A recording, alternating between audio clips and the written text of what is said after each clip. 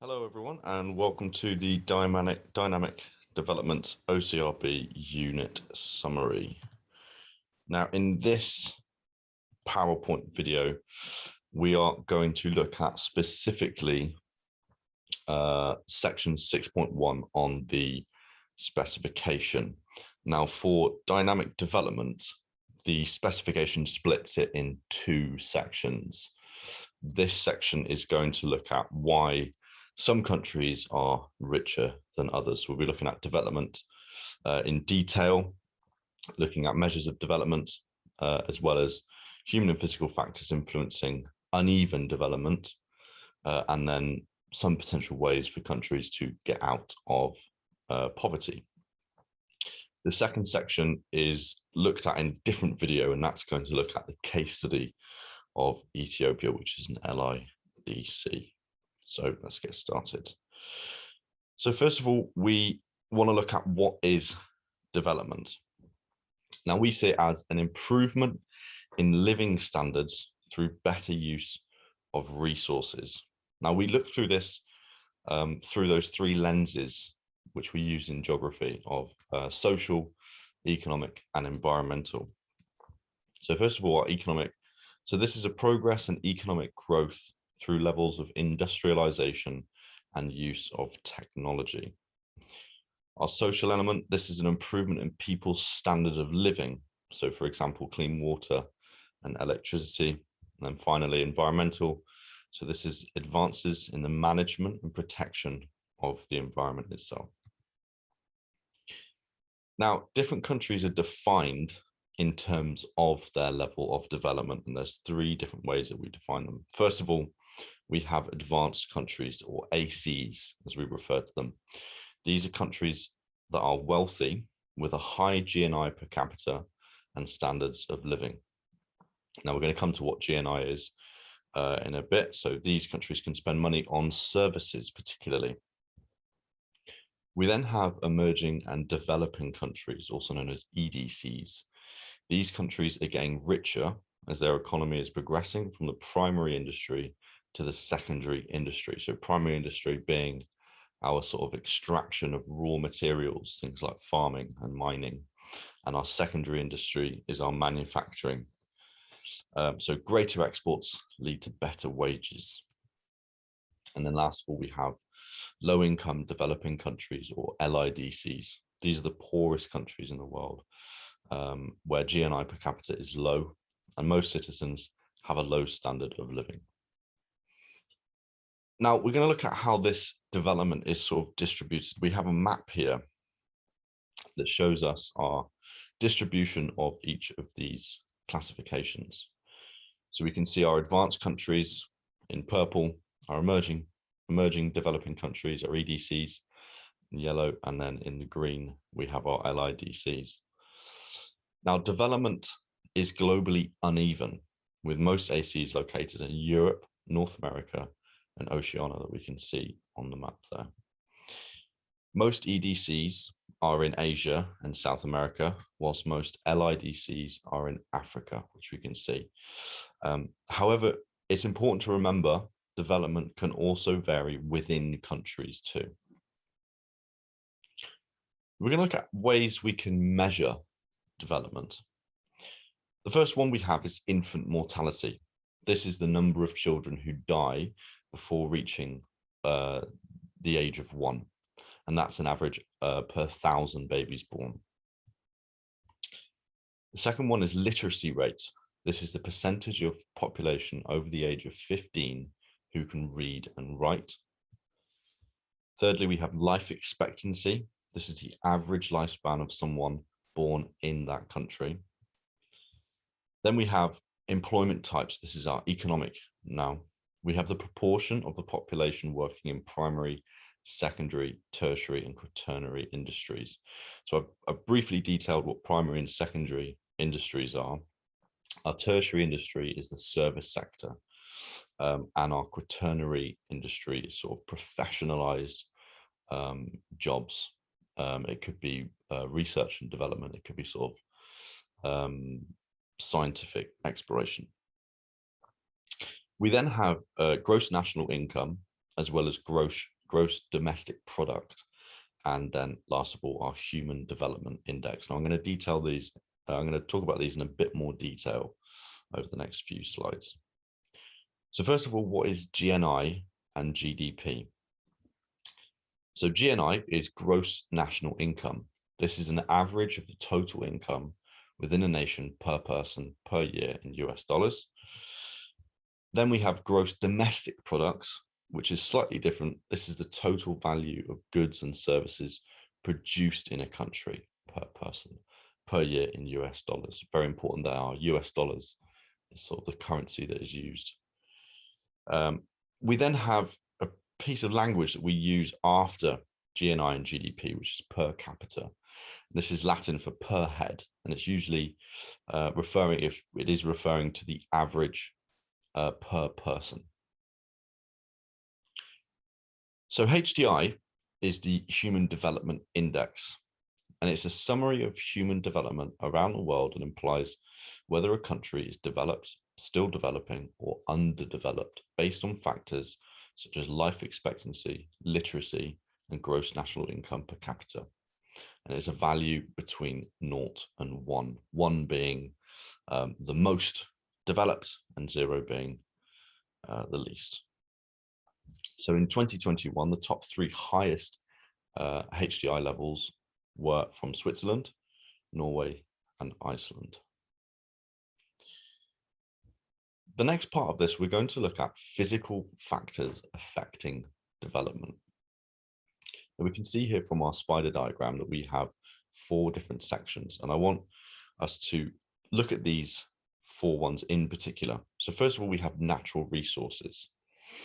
So things like access to safe water for health, availability for timber or fuel and construction, minerals and metals for trade, energy and manufacturing, and finally, fuel sources such as coal, oil, and natural gas. Those things can sort of affect how much a country can develop.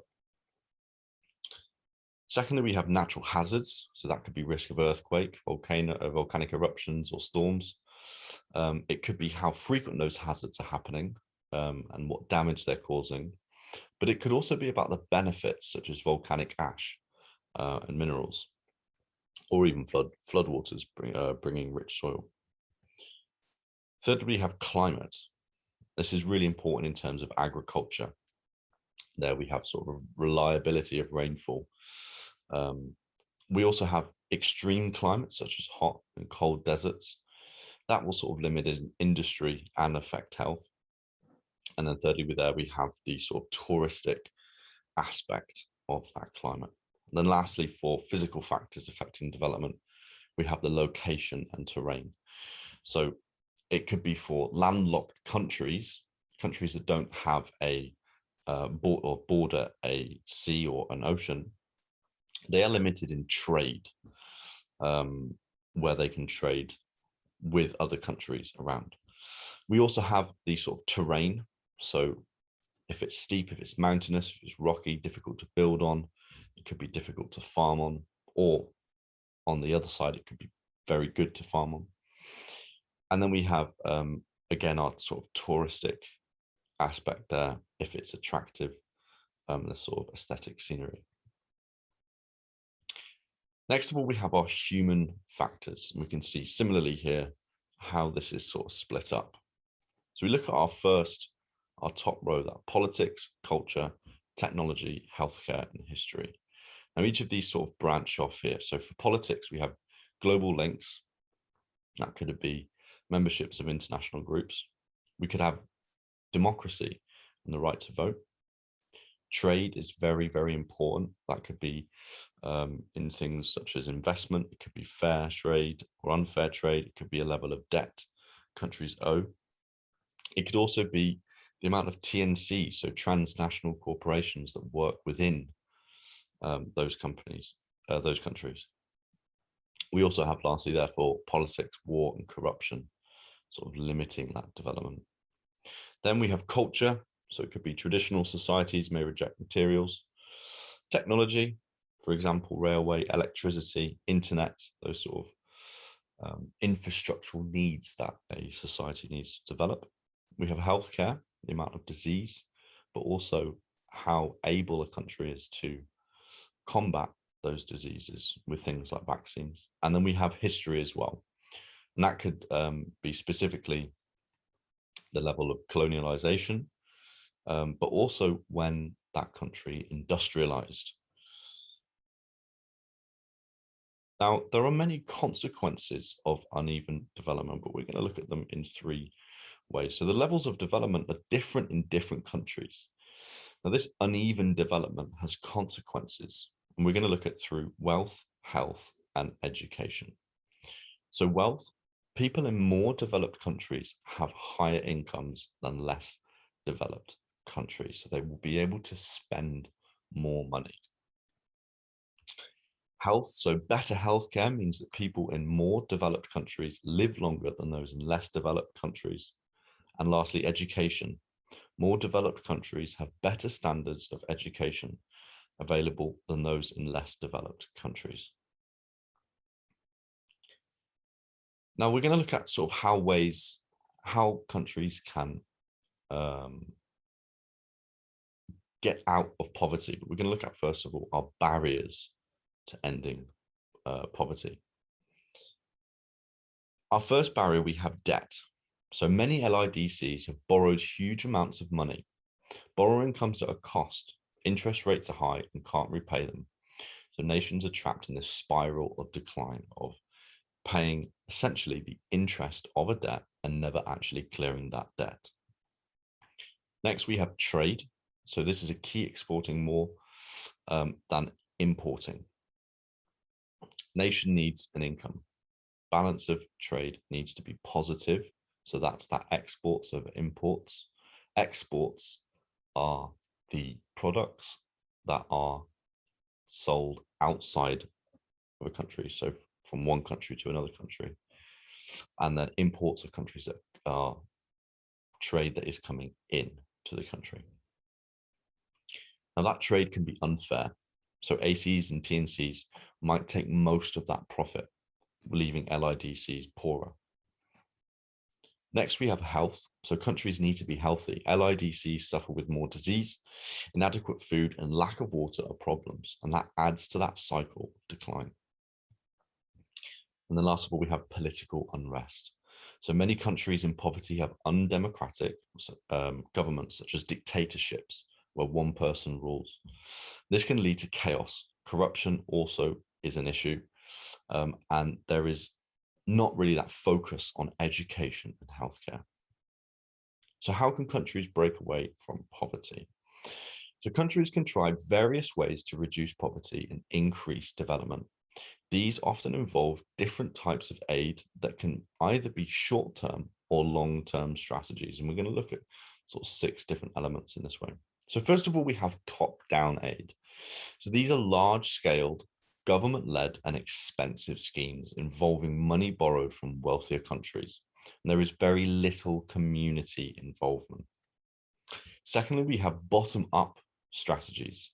So these are almost the opposite. They're small-scaled, local-led, and less expensive schemes. They involve communities and charities developing local businesses and housing. We have our short term. So this is aid that is sent to help countries cope with emergencies, such as natural disasters. And then we have long-term aid. So this is given over a long period to help countries develop through investing in projects such as education and healthcare. Trade can also be a way for countries to break away from poverty, especially fair trade, allowing fair wages. Also grouping with other countries in the form of trading blocks. This can increase links and increase the economy. So that's looking at almost like the BRIC nations. It could be the EU. Cool. Our last one there, debt relief. So wealthier countries can cut or partly cut debt to countries that have borrowed money. This allows for more money to be reinvested in development. That country will have more money to spend, essentially, as it doesn't have to pay or pay off that debt. Now we're going to sort of evaluate our 2 strategies there, our top-down and our bottom-up strategies. And this is sort of that evaluation question that we might have. over the effectiveness of these strategies. So we can see there on the left, this is our top-down, government-led, large-scale, usually expensive, and so on. So our advantages of top-down strategies. First of all, it has more of an impact. Lots of scientists and expertise might be involved, and it's a larger scale and more long-term. However, the disadvantages of top-down strategies are that it's expensive. It costs a lot of money. It doesn't take all views into account, and sometimes it will be the views of the countries giving that aid rather than the country receiving it. And it's led by government, so many are not listened to that it actually affects. Last of all, it requires foreign investments. It requires that support, those links from other countries. Now we're going to look at evaluating bottom-up strategies. This is the last part of this section. So bottom-up strategies there we can see led from the ground by local population, community control, but they may work with NGOs. NGOs are non-governmental organizations such as charities. They're usually small scale at lower cost. So we can see the advantages for bottom-up strategies. So lots of different views are taken into account. It's cheaper, and the focus is on local areas, much smaller and identified need. It's run by local people, so it's empowering those local people. However, the disadvantages of bottom-up strategies is less impact. That impact is less. Not many professionals will be involved, and not a lot of money will be invested. It's very difficult to get started with these things because it is smaller scale. So there is that evaluation of our bottom-up strategies to get out of poverty. Thank you very much.